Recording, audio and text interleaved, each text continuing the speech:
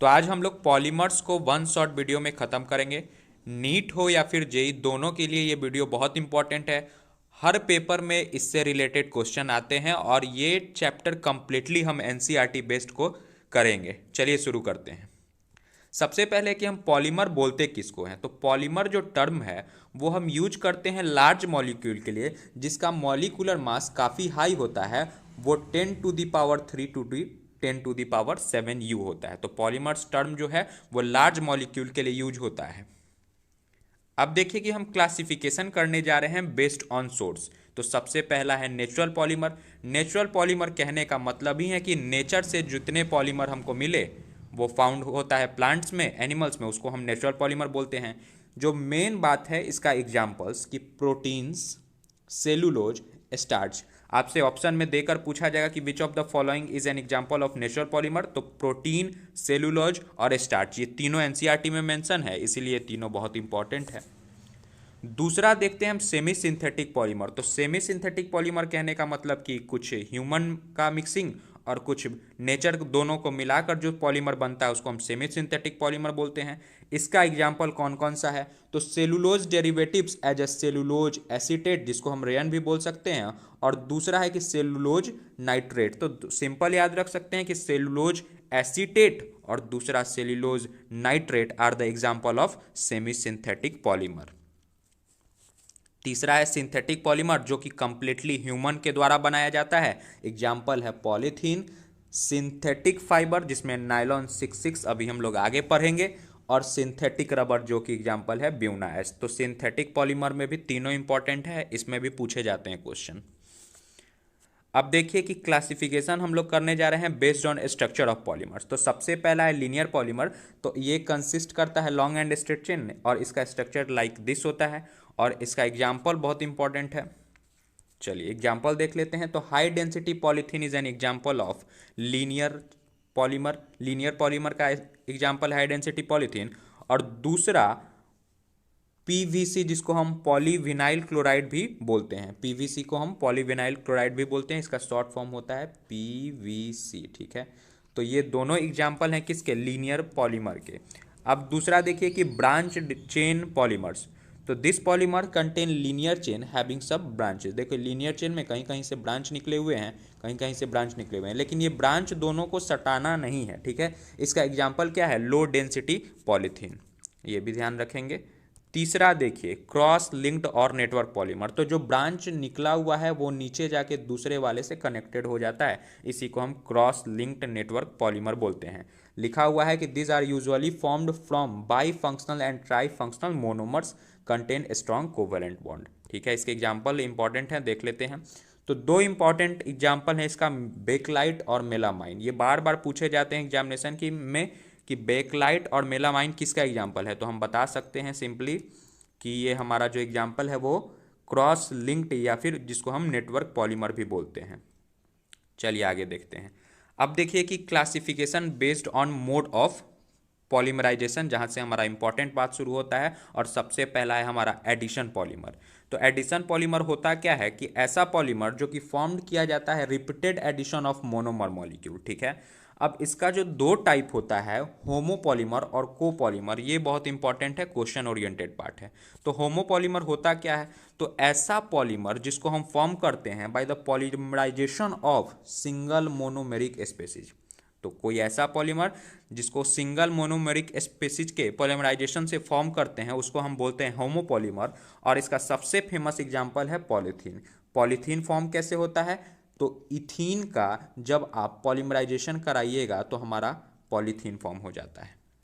Ethene का जब हम कराएंगे तो हमारा पॉलीथीन फॉर्म हो जाएगा। तो ये एग्जांपल ऐसे पूछा जा सकता है एग्जामिनेशन में कि polythene is an example of, तो होमोपॉलीमर। अब देखिए दूसरा है कोपॉलीमर होगा, ये कंडेंसेशन पॉलीमर नहीं, कोपॉलीमर, ये पूरा काट दीजिएगा, कोपॉलीमर होगा। ठीक है, तो कोपॉलीमर कैसे फॉर्म होता है, तो ये फॉर्म होता है टू डिफरेंट मोनोमर्स। अगर हम दो डिफरेंट मोनोमर्स का पॉलीमराइजेशन कराएं तो हमारा ये कोपॉलीमर्स फॉर्म होता है। इसका एग्जांपल है ब्यूना एस, ब्यूना एन। ठीक है, Buna S and Buna N are the example of copolymer. अब देखिए क्योंकि एनसीईआरटी में ये दिया हुआ है, इसका ब्यूना एन का स्ट्रक्चर, ब्यूना एस का स्ट्रक्चर, जस्ट उसके बाद तो हम लोग यहीं पे सीख लेते हैं, ब्यूना एन का आगे सीखेंगे। तो ये है ब्यूट, सॉरी 1,3 ब्यूटाडाइन। देखिए 4 कार्बन है और पहले और तीसरे कार्बन पे हमारा डबल बॉन्ड लगा है, तो हम सिंपली बोल सकते हैं कि 1,3 ब्यूटाडाइन। और ये है हमारा स्टीरीन। तो जब हम ब्यूटाडाइन को एडिशन करवाते हैं किसके साथ, स्टीरीन के साथ, तो हमारा क्या फॉर्म हो जाता है, ब्यूना एस। ठीक है, तो ये इंपॉर्टेंट है, ये पूछा जाता है कि हम कैसे बना सकते हैं इस ब्यूना एस को। तो हम बोलेंगे कि ब्यूटाडाइन को साथ में स्टीरीन को अगर हम एडिशन कराएं तो ये हमारा फॉर्म होता है ब्यूना एस। और ये ब्यूना एस एग्जाम्पल किसका है, तो कोपॉलीमर का। चलिए आगे देखते हैं।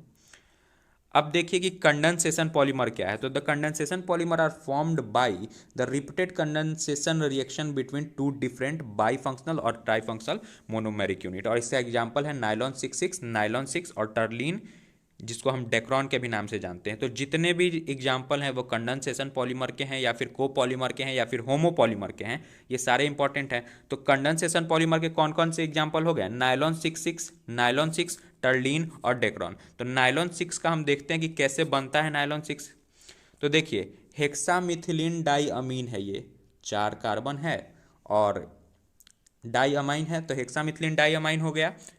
यहाँ पे 6 होगा तभी तो इसका नाम हेक्सामिथिलीन डाईअमाइन पड़ा है। ठीक है, ये 4 नहीं होगा, 6 होगा। साथ में हमारा है यहाँ पे एडिपिक एसिड।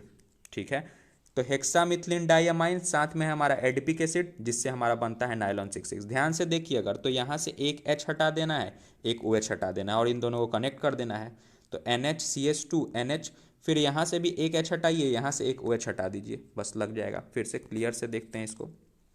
देखिए नायलॉन 6,6 में हेक्सामिथिलीन डाईअमाइन हो गया, ठीक है, साथ में एडिपिक एसिड हो गया। एक H यहाँ से निकालिए, OH यहाँ से निकालिए, फिर एक H यहाँ से निकालिए, एक OH यहाँ से निकालिए, बाकी जैसा का तैसा लिख देंगे तो नायलॉन 6,6 हमारा फॉर्म हो जाएगा। आगे देखते हैं। अब देखिए कि classification based on molecular forces. तो सबसे पहला है इलास्टोमर्स। तो इलास्टोमर्स का हम केवल और केवल एग्जाम्पल देखेंगे क्योंकि एग्जाम्पल ही बहुत इंपॉर्टेंट है। तो इलास्टोमर्स में कौन कौन से आते हैं एलिमेंट, तो ब्यूना एस हो गया, ब्यूना एन हो गया और नियोप्रीन हो गया। अब देखिए नियोप्रीन का स्ट्रक्चर एनसीईआरटी में वहीं पे दिया है तो हम लोग सीख लेते हैं। देखिए CH2 CCl double bond CCH2। ठीक है, तो ये नियोप्रीन का स्ट्रक्चर है और ये एग्जामिनेशन में पूछे भी जाते हैं नियोप्रीन का स्ट्रक्चर। और नियोप्रीन किसका एग्जाम्पल है ये भी पूछे जाते हैं। तो ये इलास्टोमर्स का एग्जाम्पल है, इसको भी हम ध्यान रखेंगे। चलिए आगे बढ़ते हैं। अब देखिए कि दूसरा है हमारा फाइबर्स का एग्जाम्पल। तो फाइबर्स में हमारा 2 इंपॉर्टेंट है जो कि एनसीईआरटी में दिया है, एक पॉलीअमाइड्स और दूसरा पॉलिस्टर। पॉलीअमाइड्स को हम नायलॉन 6,6 बोल रहे हैं, मतलब पॉलीअमाइड्स में नायलॉन 6,6 भी आता है, और पॉलिस्टर में टर्लीन, जिसका एक और नाम है डेक्रोन, DACRON। और ये एग्जामिनेशन में पूछे भी जाते हैं कि टर्लीन इज ऑल्सो नोन एज, तो डेक्रोन। नेक्स्ट देखते हैं थर्मोप्लास्टिक पॉलीमर्स। तो थर्मोप्लास्टिक पॉलीमर्स का एग्जाम्पल देख लेते हैं, पॉलीथीन, पॉलीस्ट्रीन और तीसरा पॉलीविनाइल क्लोराइड, जिसका ये स्ट्रक्चर होता है, पीछे भी देखें हम लोग। अब देखिए कि थर्मोसेटिंग पॉलीमर्स क्या है। तो थर्मोसेटिंग पॉलीमर्स में हम केवल और केवल एग्जाम्पल देखेंगे, जिसका पहला एग्जाम्पल है बेकलाइट, दूसरा है यूरिया फॉर्माल्डिहाइड रेजिन। अब देखिए बेकलाइट का ये स्ट्रक्चर बहुत इंपॉर्टेंट है, ये स्ट्रक्चर बेकलाइट का है और ये आपको याद होना चाहिए। सिंपल है, फेनॉल बना लीजिए दोनों तरफ और एक CH2 इसके बगल वाले ऑर्थो पोजीशन पे लगा दीजिए और ये भी बगल वाले ऑर्थो पोजीशन पे लगा दीजिए, दोनों जगह CH2। तो एक फेनॉल दूसरे फेनॉल से CH2 के से कनेक्टेड होता है। फिर आप यहाँ पे भी एक और फेनॉल बनाएंगे तो ये भी CH2 से कनेक्टेड होगा, जो कि यहाँ है। तो बैकलाइट का स्ट्रक्चर काफ़ी सिंपल है, 2 फेनॉल बनाइए, बीच में एक CH2 बना दीजिए, या फिर आप ये भी कह सकते हैं कि फेनॉल बनाइए, ऑर्थो पोजीशन पे CH2 लगाइए, दोनों पे, हो गया बैकलाइट का स्ट्रक्चर। नेक्स्ट देखते हैं लो डेंसिटी पॉलीथीन। तो लो डेंसिटी पॉलीथीन को हम ऑब्टेंड कैसे करते हैं, तो पीछे भी पढ़ा चुके हैं कि अगर हम इथीन को ट्रीट करते हैं या फिर बोल सकते हैं पॉलीमराइजेशन कराते हैं तो हमारा पॉलीथीन फॉर्म हो जाता है। तो वही obtained by the polymerisation of ethene under high pressure. अब प्रेशर यहाँ पे हाई होना चाहिए और टेम्परेचर भी हाई होना चाहिए। तो प्रेशर कितना रेंज होता है 1000 टू 2000 atm और टेम्परेचर 350 टू 570 केल्विन। नेक्स्ट देखते हैं इसके इंपॉर्टेंट प्रॉपर्टीज के बारे में कि it is chemically inert and poor conductor of electricity. तो लो डेंसिटी जो पॉलीथीन होगा वो कंडक्टर इलेक्ट्रिसिटी का पुअर कंडक्टर ऑफ इलेक्ट्रिसिटी होगा। और इसका यूज क्या है, तो यूज होता है making in squeeze of bottles, toys and flexible pipe. ये भी पूछा जाता है कि लो डेंसिटी पॉलीथीन का हम यूज कहाँ पे करते हैं, या फिर टॉयज बनाने के लिए किस डेंसिटी का पॉलीथीन का हम यूज करते हैं, तो लो डेंसिटी पॉलीथीन का हम यूज करेंगे। चलिए आगे बढ़ते हैं। अब देखिए कि हमारे पास हाई डेंसिटी पॉलीथीन है, तो ये कैसे फॉर्म होता है, तो it is formed when addition polymerisation of ethene takes place in a hydrocarbon solvent in presence of Ziegler catalyst. तो ये इंपॉर्टेंट है जिगलर कैटलिस्ट। ये पूछा जाएगा कि हाई डेंसिटी पॉलीथीन को हम किस कैटलिस्ट के प्रेजेंस में बनाते हैं, तो जिगलर कैटलिस्ट के प्रेजेंस में बनाते हैं। ठीक है, अब देखिए कि इसके इंपॉर्टेंट प्रॉपर्टीज। तो it is used for making buckets, dustbin and bottles pipe. ये इसके हम डस्टबिन बनाने में, बॉटल्स बनाने में या फिर बकेट्स बनाने में यूज करते हैं। आगे देखते हैं पॉलीटेट्राफ्लोरोइथीन, जिसको हम टेलीफोन के भी नाम से जानते हैं। तो अगर हम टेट्राफ्लोरोइथीन को पर सल्फेट कैटलिस्ट के प्रेजेंस में हाई प्रेशर पे हीट करेंगे तो हमारा फ्लोरोइथीन फॉर्म हो जाएगा, टेल्फॉन फॉर्म हो जाएगा। फिर से सुनिए कि अगर हम ये टेट्राफ्लोरोइथीन का स्ट्रक्चर है, अगर उसको हम कैटलिस्ट, वो भी कैटलिस्ट कौन सा होना चाहिए, पर सल्फेट के प्रेजेंस में हाई प्रेशर पे जब हम ट्रीट करेंगे तो हमारा क्या फॉर्म हो जाएगा, टेल्फॉन फॉर्म हो जाएगा। ठीक है, अब टेल्फॉन का भी स्ट्रक्चर याद रखिएगा। अब देखिए टेल्फॉन की प्रॉपर्टीज। तो it is used in making oil seals and gaskets. और दूसरा जो इंपॉर्टेंट है कि नॉन स्टिकी सरफेस यूटेंसिल्स बनाने के लिए ये यूज होता है। तो एग्जामिनेशन में पूछा जाता है कि नॉन स्टिकी सरफेस बनाने के लिए कौन सा पॉलीमर यूज होता है, तो हम बता देंगे कि टेल्फॉन यूज होता है। नेक्स्ट देखते हैं, अब है हमारा पॉली एक्रायोनाइट्राइल। ठीक है, तो ये कैसे फॉर्म होता है, तो पॉली एक्रायोनाइट्राइल को जब हम बनाएंगे तो इसमें एक्रायोनाइट्राइल का हम पॉलीमराइजेशन कराएंगे किसके प्रेजेंस में, H2O2 मतलब पेरोक्साइड के प्रेजेंस में है, तो हमारा ये पॉली एक्रायोनाइट्राइल फॉर्म होता है। ठीक है, तो ये भी ध्यान रखना है। अब इसके कुछ और बात देख लेते हैं। तो ये क्यों कब यूज किया जाता है, तो it is use as a substitute for wool in making commercial fibre as a Orlon और एक्रिलन। ठीक है, चलिए आगे देखते हैं। अब प्रिपरेशन ऑफ टर्लीन, टर्लीन को हम डेक्रोन के भी नाम से जानते हैं, पहले बता चुके हैं। चलिए इसको देखते हैं कैसे बनाते हैं। तो देखिए हम इथिलीन ग्लाइकॉल, या फिर हम इसको बोल सकते हैं इथेन 1,2 डायल। पहले पे भी OH ग्रुप लगा, दूसरे पे भी OH ग्रुप लगा, पहले कार्बन पे भी OH, दूसरे कार्बन पे भी OH, तो हम इसको बोल सकते हैं इथिलीन ग्लाइकॉल या फिर इथेन 1,2 डायल। और साथ में हमारा है टेरिप्थेलिक एसिड, इसको हम टेरिप्थेलिक एसिड बोलते हैं, या फिर बेंजीन के पहले कार्बन और चौथे कार्बन पे कार्बोक्सिलिक एसिड लगा है तो बेंजीन 1,4 डाई कार्बोक्सिलिक एसिड भी बोल सकते हैं। तो इन दोनों को जब हम आपस में ट्रीट कराएंगे तो हमारा क्या बन जाएगा, टर्लीन या फिर डेक्रोन। ठीक है, तो ये याद होना चाहिए। यहाँ अगर हम टर्लीन बनाना है या फिर डेक्रोन बनाना है तो हमको इथेन 1,2 डायोल या उसके साथ हमको बेंजीन 1,4 डाई कार्बोक्सिलिक एसिड, या ये भी बोल सकते हैं कि इथिलीन ग्लाइकॉल और साथ में टेरिप्थेलिक एसिड को अगर हम ट्रीट करेंगे तो हमारा टर्लीन या फिर डेक्रोन फॉर्म होगा। अब देखिए कि नायलॉन, प्रिपरेशन ऑफ नायलॉन में नायलॉन 6 था पहला NCERT में दिया हुआ, जिसको हम लोग पहले ही कर लिए हैं, तो हम लोग डायरेक्ट नायलॉन 6 से शुरुआत कर रहे हैं। तो नायलॉन 6 में क्या है कि अगर हम कैप्रोलैक्टम को हीट करेंगे, ठीक है, कैप्रोलैक्टम को हीट करेंगे इन प्रेजेंस ऑफ वाटर के प्रेजेंस में। ठीक है, वाटर के प्रेजेंस में अगर हम हीट करते हैं इसको तो हमारा ये फॉर्म हो जाता है नायलॉन 6। अब देखिए यहाँ पे टोटल नंबर ऑफ कार्बन 6 हैं, जिसके पास एक कार्बन के पास C डबल बॉन्ड O है और बाकी के पास हाइड्रोजन है। तो बस इसी को अलग अलग करके लिख दिया है, ये C डबल बॉन्ड O और CH2 वाला पार्ट अलग और NH वाला पार्ट अलग। यही था नायलॉन 6 का स्ट्रक्चर। अब देखिए कि हम मेलामाइन फॉर्मल्डिहाइड पॉलीमर को कैसे बनाते हैं। तो मेलामाइन को अगर हम फॉर्मल्डिहाइड से ट्रीट करेंगे तो हमारा ये पॉलीमर बन जाता है। अगर हम मेलामाइन, ये स्ट्रक्चर है मेलामाइन का, अगर इसको हम फॉर्मल्डिहाइड से ट्रीट करेंगे तो हमारा मेलामाइन पॉलीमर फॉर्म हो जाएगा। ठीक है, इसके यूजेस के बारे में भी देख लेते हैं, इंपॉर्टेंट है। It is use in manufacture of unbreakable crockery को बनाने में यूज होता है। ठीक है, तो ये था मेलामाइन का बात। अब देखिए कि कोपॉलीमराइजेशन हम किसको बोलते हैं। तो कोपॉलीमराइजेशन में एक से ज़्यादा मोनोमर स्पेसीज आपस में पॉलीमराइज करके कोपॉलीमर बना देते हैं, और इसका सबसे फेमस एग्जांपल है ब्यूटाडाइन स्टीरीन कोपॉलीमर। जो बनता कैसे है, तो एक ब्यूटाडाइन ले लीजिए और साथ में स्टीरीन ले लेंगे तो हमारा ब्यूटाडाइन स्टीरीन कोपॉलीमर बनेगा। तो ये एग्जांपल उसी का हो गया ना, क्योंकि कोपॉलीमराइजेशन में हम बोले थे कि एक से ज़्यादा मोनोमर स्पेसीज पोलोमराइज करके कोपॉलीमर बनाते हैं।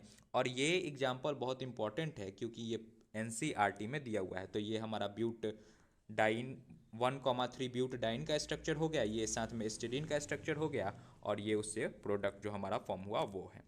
ठीक है, अब देखिए कि वल्कलाइजेशन ऑफ रबर में होता क्या है। तो सिंपल शब्दों में समझे तो इसमें सल्फर का लिंकेज होता है। क्यों सल्फर का लिंकेज होता है उसको समझने की कोशिश करते हैं। तो देखिए, नेचुरल रबर जो होता है वो हाई टेम्परेचर पे सॉफ्ट हो जाता है और लो टेम्परेचर पे हार्ड हो जाता है। ब्रिटल कहने का मतलब कि हार्ड। तो इस फिजिकल प्रॉपर्टीज़ को इम्प्रूव करने के लिए हम वल्कलाइजेशन ऑफ रबर यूज करते हैं। अब इस प्रोसेस में होता क्या है वो देखिए कि this process consist of heating a mixture of raw rubber with sulphur at a temperature range between 373 kelvin to 515 kelvin. तो इस प्रोसेस में हम रॉ मिक्सचर को सल्फर के साथ हीट करते हैं एट टेम्परेचर 373 टू 450 केल्विन। तो vulcanisation of sulphur forms cross link and the reactive site of double bond, thus rubber get stiffened. तो ध्यान रखिएगा कि सिंपल शब्दों में वल्कलाइजेशन ऑफ रबर को समझना है तो सल्फर का लिंकेज होता है। और जो पूछा जाता है कि मेन पार्ट कि क्यों होता है, तो जो नेचुरल रबर है वो हार्ड हो जाता है और सॉफ्ट हो जाता है लो टेम्परेचर, हाई टेम्परेचर पे सॉफ्ट होता है और लो टेम्परेचर पे हमारा जो है वो हार्ड हो जाता है। ठीक है, अब देखिए कि नियोप्रीन की बात कर रहे हैं हम लोग। नियोप्रीन जो है वो हमारा एक एग्जाम्पल है सिंथेटिक रबर का। जो फॉर्म कैसे होता है, तो क्लोरोप्रीन, इस क्लोरोप्रीन को अगर हम पॉलीमराइजेशन कराएं तो हमारा नियोप्रीन फॉर्म होता है। इस क्लोरोप्रीन को अगर आप ध्यान से देखिए तो इसका नाम क्या दिख रहा है कि 2 पे क्लोरो लगा है और 1 पे और 3 पे हमारा डबल बॉन्ड लगा है, और टोटल नंबर ऑफ कार्बन हमारे पास 4 हैं, मतलब 2 क्लोरो 1,3 ब्यूटाडाइन। तो ये भी हम बोल सकते हैं इसको क्लोरोप्रीन को 2 क्लोरो 1,3 ब्यूटाडाइन को जब हम पॉलीमराइज करेंगे तो हमारा नियोप्रीन फॉर्म होगा। अच्छा, डिफरेंस देखिए इस स्ट्रक्चर में कि पहले जो हमारा 2 क्लोरो 1,3 ब्यूटाडाइन था जिसको हम क्लोरोप्रीन बोल रहे हैं, उसमें पहले पे और तीसरे पे दोनों कार्बन पे डबल बॉन्ड है, और इस दोनों कार्बन के डबल बॉन्ड को हटा देना है और बीच वाले कार्बन पे डबल बॉन्ड लगा देना है। बाकी सारा स्ट्रक्चर हमारा सेम रहेगा नियोप्रीन का। ठीक है, चलिए आगे देखते हैं। ये इंपॉर्टेंट एग्जांपल है सिंथेटिक पॉलीमर का, एनसीईआरटी में इसका स्ट्रक्चर भी दिया है, इसीलिए हम लोग डिस्कस कर रहे हैं। चलिए अब देखिए कि it is used for manufacturing conveyor belt and gasket and horses. ये भी ध्यान रखिएगा कि नियोप्रीन को जनरली हम कन्वेयर बेल्ट्स को मैन्युफैक्चर कराने के लिए यूज करते हैं। दूसरा है कि it has superior resistance to vegetable and mineral oil. तो ये दोनों पॉइंट इंपॉर्टेंट है, इसको याद रखेंगे। अब देखिए कि ब्यूना एन क्या है। तो ब्यूना एस तो हम लोगों ने पीछे पढ़ लिया था। ब्यूना एन कैसे फॉर्म होता है, तो ब्यूना एन 1,3 ब्यूटाडाइन को साथ में एक्रायोनाइट्राइल को जब हम को पॉलीमराइजेशन कराते हैं तो हमारा ब्यूना एन फॉर्म होता है। फिर से सुनिए कि ब्यूना एन हमारा 1,3 ब्यूटाडाइन और साथ में एक्रायोनाइट्राइल का जब हम को पॉलीमराइजेशन कराते हैं तो हमारा ब्यूना एन फॉर्म होता है।